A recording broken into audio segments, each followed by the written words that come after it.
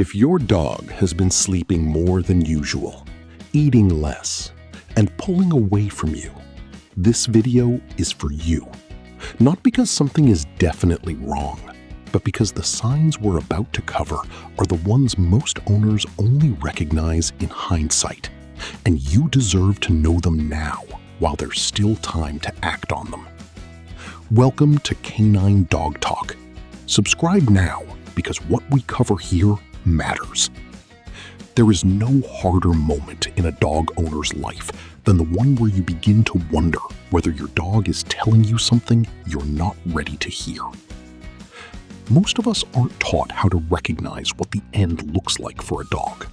We're not taught how to read the signals, how to understand what our dog needs from us during that time, or how to make decisions that honor the life they've given us. That's what this video is for. 12 signs that a dog may be approaching the end of their life, what each one means, what it doesn't mean, and how to be present for your dog through all of it. Sign number 1, loss of interest. One of the earliest and most misunderstood signs is a quiet withdrawal from the things your dog has always loved. The toy they've carried since puppyhood sits untouched. The treat that once made them appear from anywhere in the house no longer moves them. They watch you from across the room instead of meeting you at the door, and something in their eyes has changed. Not distant exactly, but further away than it used to be. This withdrawal is not a sign that your dog loves you less. It's important to hold on to that. What it reflects is the significant energy required by every act of engagement, energy that is now being used elsewhere by a body working harder than it ever has. As cognitive function declines toward the end of life, dogs can also experience a kind of mental quietness. The world becomes less urgent. The things that once sparked them become harder to reach. If you notice this in your dog, the response isn't to try harder to engage them. It's to be present without expectation.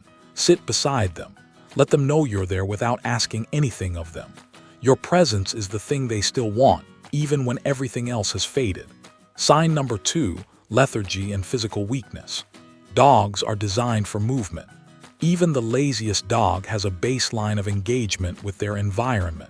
A lift of the head at a sound, a trot to the door when the bell rings, or repositioning when the sun moves. When that baseline disappears, when your dog lies in the same spot for hours without shifting, without responding, choosing the quiet corner of a room rather than the center of activity, that stillness means something. The specific quality of end-of-life lethargy is different from ordinary tiredness. It doesn't resolve after rest. It's not improved by a walk. Routine things that were once automatic, getting up to eat, moving to go outside, coming to you when called, begin to require visible effort, and sometimes that effort isn't there. You may watch your dog try to stand and settle back down instead. You may notice they've stopped asking for things they always asked for. This isn't your dog giving up.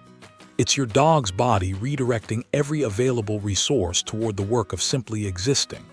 Recognizing the difference between tiredness and this kind of withdrawal allows you to respond to what is actually happening, rather than what you're hoping is happening.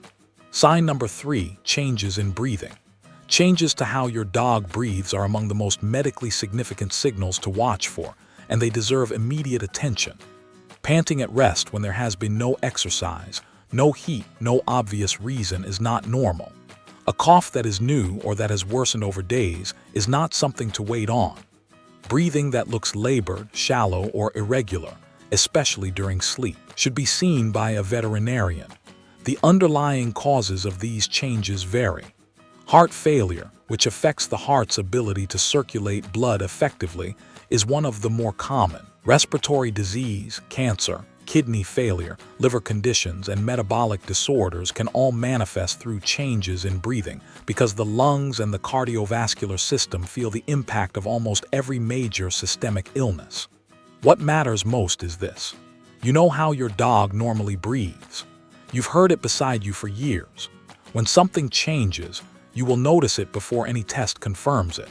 Trust that noticing. Breathing changes are the body's way of communicating urgency. Listen. Sign number 4, loss of appetite and thirst. Food has been a constant in your dog's life since the day they arrived. They knew the sound of the bag, the timing of the bowl, the specific spot where it was placed.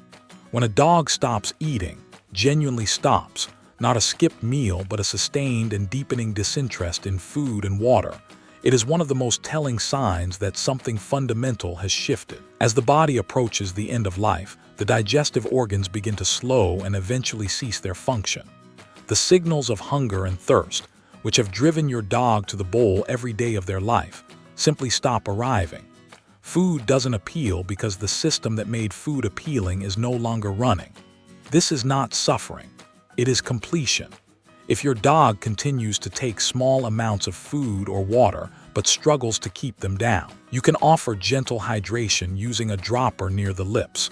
But if they turn away entirely, the most loving response is to follow their lead. Their body is telling you what it needs. Part of caring for a dog at the end of their life is learning when to stop offering what they no longer want and simply to be with them instead. Sign number 5. Visible weight loss and muscle changes. The physical change can be striking. A dog who was full and solid weeks ago may appear visibly thinner, the ribs more prominent, the face narrower, the haunches shrunken. Muscle mass that was built over years of walks and play recedes quickly when the body stops receiving nutrition and begins redirecting what little it has toward more essential functions. This visible decline is often the sign that brings owners to the moment of real recognition because it is impossible to explain away. It is hard to look at. If you find yourself struggling with what you're seeing, that difficulty is appropriate. It means you are paying attention. Witnessing this change clearly without minimizing it is one of the ways we honor what a dog's body has carried for us across their whole life. Sign number 6. Loss of bladder and bowel control. A dog who has been house-trained for years, who has never had an accident since puppyhood, may begin having them regularly as the end approaches. They may not move to a different spot. They may not even seem aware that it has happened. This is not a regression in training. It is not a behavioral problem. It is the physical reality of organ systems that are slowing down, combined with the energy it takes to simply get up, which may no longer be available to them. If this happens with your dog, respond with gentleness and no correction. Clean them quietly, keep them dry and comfortable, and understand that what you're seeing is the body's process, not your dog's choice. The dignity of how you respond to this moment is one of the most concrete ways you can show your dog that their comfort matters more than anything else. Sign number 7. Behavioral changes. Some dogs in their final days seek more contact than ever before, pressing against you, following you with their eyes if not their body, asking for touch through small persistent gestures. Others move in the opposite direction, withdrawing to quiet spaces, preferring to be alone with whatever they are experiencing. Many dogs move between both, seeking you out in 1 hour and retreating the next. Restlessness is also common, an inability to settle, a slow repositioning from one spot to another without ever finding ease. Disorientation can accompany this, a kind of confusion about where they are or what is happening. That shows itself in the eyes and in small hesitations of movement. Some dogs whimper or shake, not from dramatic pain, but from the accumulated discomfort of a body that is no longer working as it should. If your dog shows aggression when touched during this time, understand it immediately as pain communication, not personality. A dog who flinches or snaps at handling they would normally accept without reaction is telling you precisely and honestly where they hurt. This is not the time to push through. This is the time to adjust. Sign number 8. Decreased mobility. The walk that your dog has taken every day of their life may become something they approach and then abandon. Steps they've climbed 1,000 times may stop them. Getting up from lying down, a motion so automatic they've never once had to think about it, may take visible effort, may require 2 or 3 attempts, may sometimes fail. What you may see is a staggered walk, legs that tremble under the body's weight, a collapse that happens without warning. In some cases, the loss of coordination can be significant enough that the movement resembles a neurological event with muscles that discharge energy without control. This is the body's motor systems losing the reliability they've had throughout your dog's life. Watch this not with urgency that frightens your dog, but with calm attention that allows you to support them when they need it. Help them up when they struggle. Remove obstacles from the spaces they move through. Bring food and water to where they lie rather than asking them to come to it. Sign number 9, pain and discomfort. Pain in dogs is not always loud.